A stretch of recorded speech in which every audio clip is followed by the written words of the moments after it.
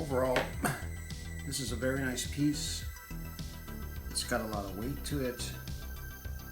It has a retractable eye cup that extends by twisting it back and forth. If you compare this 12mm eyepiece, the glass in the front is huge in comparison with this Celestron X-Cel eyepiece. That's going to make a big difference. The glass is 25mm. It'll make things a lot easier than looking through this thing.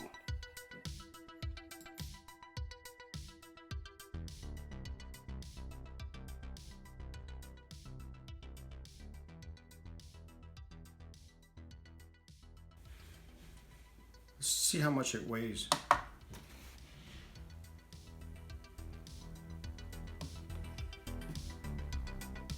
.8 ounces or 170 grams. Now let's compare that to this guy. As you can see, it's very well built, very sturdy. Now it comes with this protective case per se, but I gotta say this is really very cheap. It's nothing more than, it almost feels like a water bottle cut in half.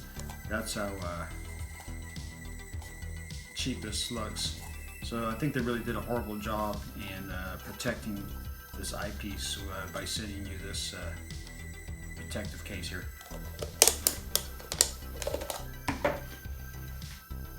Now the big question is, are you going to see, is the quality of the image going to increase?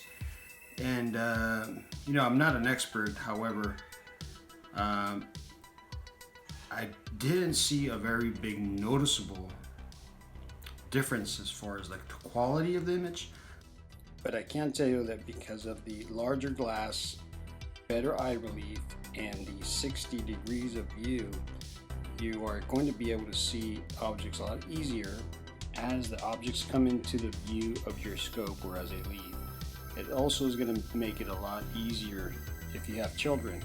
It's definitely a huge improvement over looking at objects with something like this. Well, I hope you enjoyed the video, and thank you.